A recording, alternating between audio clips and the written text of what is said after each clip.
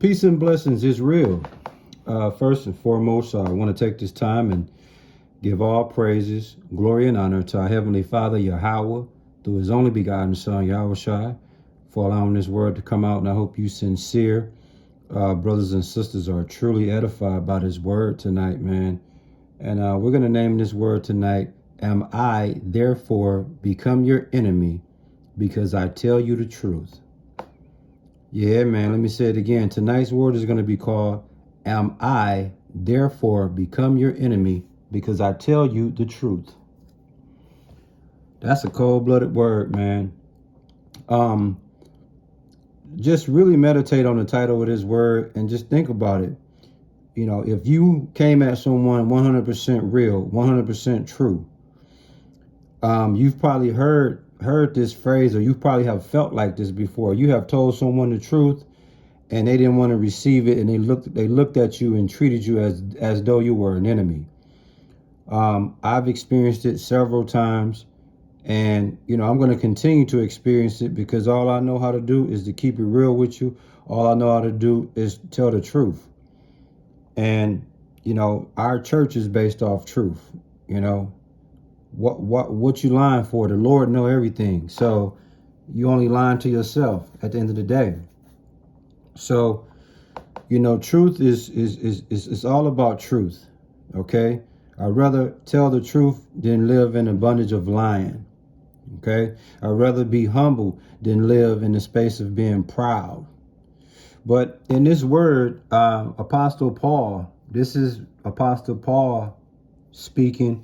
And the church of Galatia, they turned on him.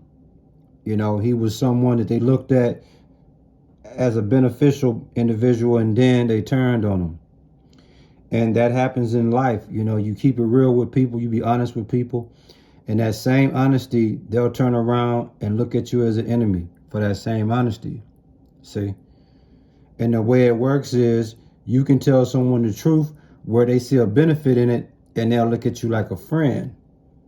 But then that same friend will be involved in some things where you tell them the truth about what they should and what they shouldn't be doing. And now, because it's not what they want to hear, and now it's because they don't like it, they'll look at you like you're an enemy. I think we've all experienced this, and Paul experienced this, man. We're going to come to you in Galatians chapter 4, and the verse we're going to speak about is also the name of the word, and it's, Am I therefore become your enemy because I tell you the truth? And this is what Paul is saying to the Galatians. Now, for you to really understand why Paul is saying this question, we have to back up a little bit and go to Galatians 4, chapter 7 through 9. It says, Wherefore thou art no more a servant, but a son. He's talking about the church of Galatia. And if a son, then an heir of God through Yahushua. Verse 8. Howbeit then, when ye knew not God, who we know as Yahweh, ye did service unto them which by nature are no gods. Verse 9. But now, after that ye have known Yahweh, or rather are known of Yahweh, how turn ye again to the weak and beggarly elements, whereunto ye desire again to be in bondage? You see, the church of Galatia, they was in spiritual bondage, man. And Paul helped them get out of spiritual bondage, which was a better thing. They became, in other words, this is really what Paul was saying, man. You are no longer a slave, but now you are the property of the Lord, and you heirs of his. Okay? Once you became that, you went from that to being a slave to so-called gods that you did not exist. And now you know God, and you rather go back into bondage and become weak and entertain principles of the world. Is really what's happening here. Let me say that again, man.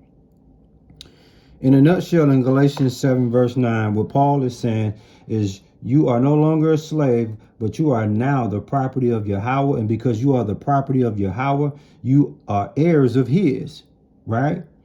And think about it, man. You used to be a slave to so-called guys that didn't exist.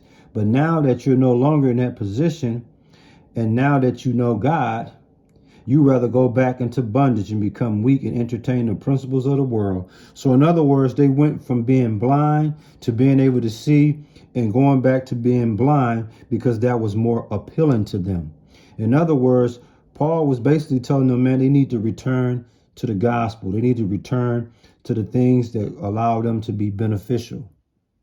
That's why he says, am I therefore become your enemy because I tell you the truth? You see that? Paul, like I said, he found them in blindness. He gave them sight. He led them to the sight. And now they rather be blind again. So it's like, damn if you do, damn if you don't. And I'm sure Paul had to be pondering the questions of what's changed your mind? What's changed your opinion of me? Where have I offended you? I'm sure there had to be some questions Paul was pondering, because it says, am I therefore become your enemy? The enemy we talks about is, Paul is saying, y'all looking at me like a hateful, hostile foe, when all I do is tell you the truth. In other words, he haven't done anything to warrant being treated the way he's been treated. It's unreasonable character. It's the anger, resentment, the hostile state of these people, man. And it's deep because our family and friends treat us the same way. The same way, man. The movie A Few Good Men. If you haven't seen that movie, you might want to check it out, man. But Jack Nicholson says a most famous quote that's still relevant today. Still relevant today, I should say. You want the truth, you can't handle the truth. And that's what most people, man. Most people can't handle the truth, nor do they want the truth. And obviously the Galatians didn't want to hear that Paul was telling them, like, look, man, y'all slipping. Y'all need to get back on your shit. But they wasn't sold on that. Why? Because they want to be in the world. They want to entertain the principles of the world. They don't want to be able to see no more. They want to go back to being blind. And so that upset them when Paul was telling them, nah, man, y'all need to get back to seeing again. And, you know, once again, you tell somebody something that they like, you become their best friend. When we're talking about in terms of the truth. Okay? But then you tell them the same truth about things that they need to change, and they don't want to change them things. They're going to look at you. This is what you see on the screen. This is how the Galatians was looking at Paul. And this is how your family and friends going to look at you when you tell them the truth.